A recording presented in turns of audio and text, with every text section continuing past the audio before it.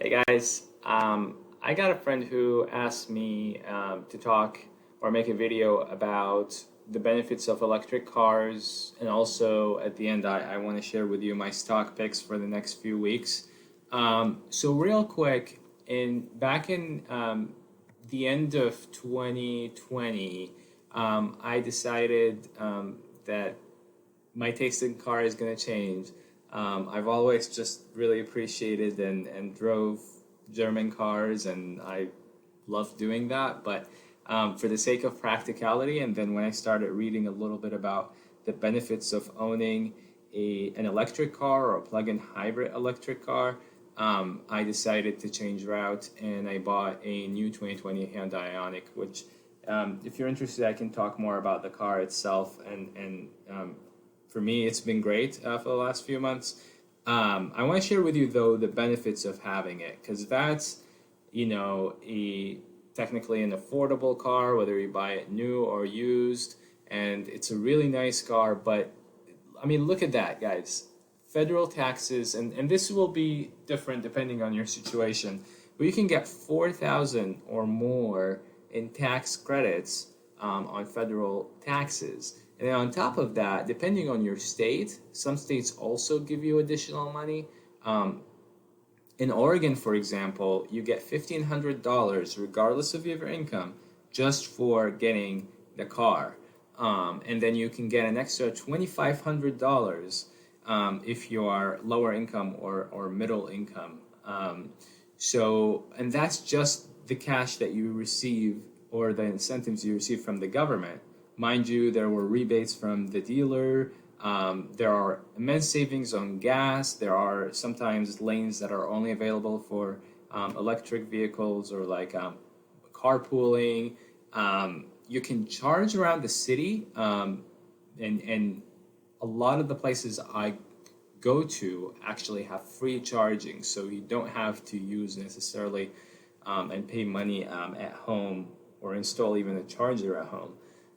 Most importantly, though, you're making a huge impact on the environment and you're encouraging the consumption of less, gas.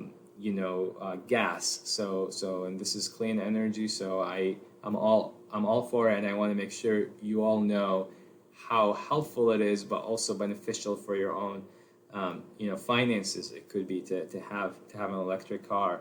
And like I said, if you have any questions, please let me know because there are some specific issues with, for example, taxes and which cars can be part of this program, at least for the federal taxes. I'm looking at the fueleconomy.gov, and it shows you all the cars that are eligible. The reason why you should do it as soon as possible because you're doing it now for 2021. It's too late to do it for this tax for when you're filing this month or next month or for April. But for next year, there may be a reduction in the after next year for how much you can claim as tax credits, and then it depends on the size of the battery, and it has to be a new car and not leased. So just keep in mind that's there are a lot of other things you need to know, so I'm happy to share with you if you have any questions. Now, let me just move quickly to stocks here. My stock picks for next month, and this is just a short list, but I want to share with you. AT&T has been on my radar for a while, and I am increasingly getting more of this stock. It closed on Friday a little bit. It went down, so that's a good buying opportunity, but overall, the news recently that you probably have heard, if if you haven't heard it and you're not following AT&T, is that let's see if it's here.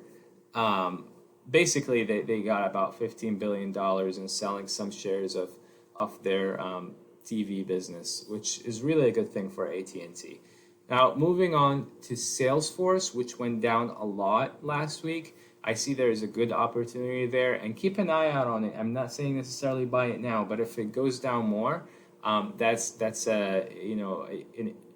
potentially a good stock to own for the next few months.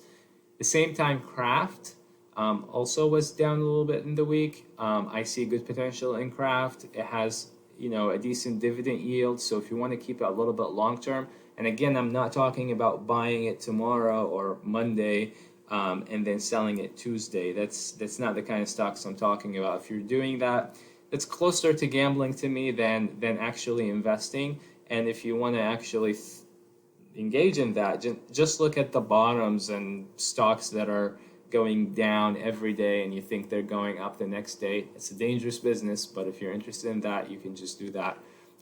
So anyway, crafts, you got Salesforce, you got AT&T, and here's the thing, gold. Barrick Gold is a mining company. I think it's based in Canada, and it's gone down a lot in the last month. So I see a really good buying opportunity for it. Gold prices have been under a lot of pressure recently, and I can do another video, or if you have questions about the bond market versus stock market and how the bond yields are going up and how that impacts potentially gold. It's a bit complex, but basically, if interest rates go up, gold may be under more pressure. But at the same time, we are really looking at inflation with all the immense spending that's happening from governments across the world. We're going to be looking at inflation, and this is going to be your backup. So I'm not saying this stock is going to be the stock that's going to explode and make you rich next month. No, but if things go badly with inflation, and gold goes up and breaks that 2,000, maybe 2,500 at the end of the year, this stock is going to perform really well. Anyway, so that's all I want to share today. Please share with me your questions if you have any, and I'll see you in the next one.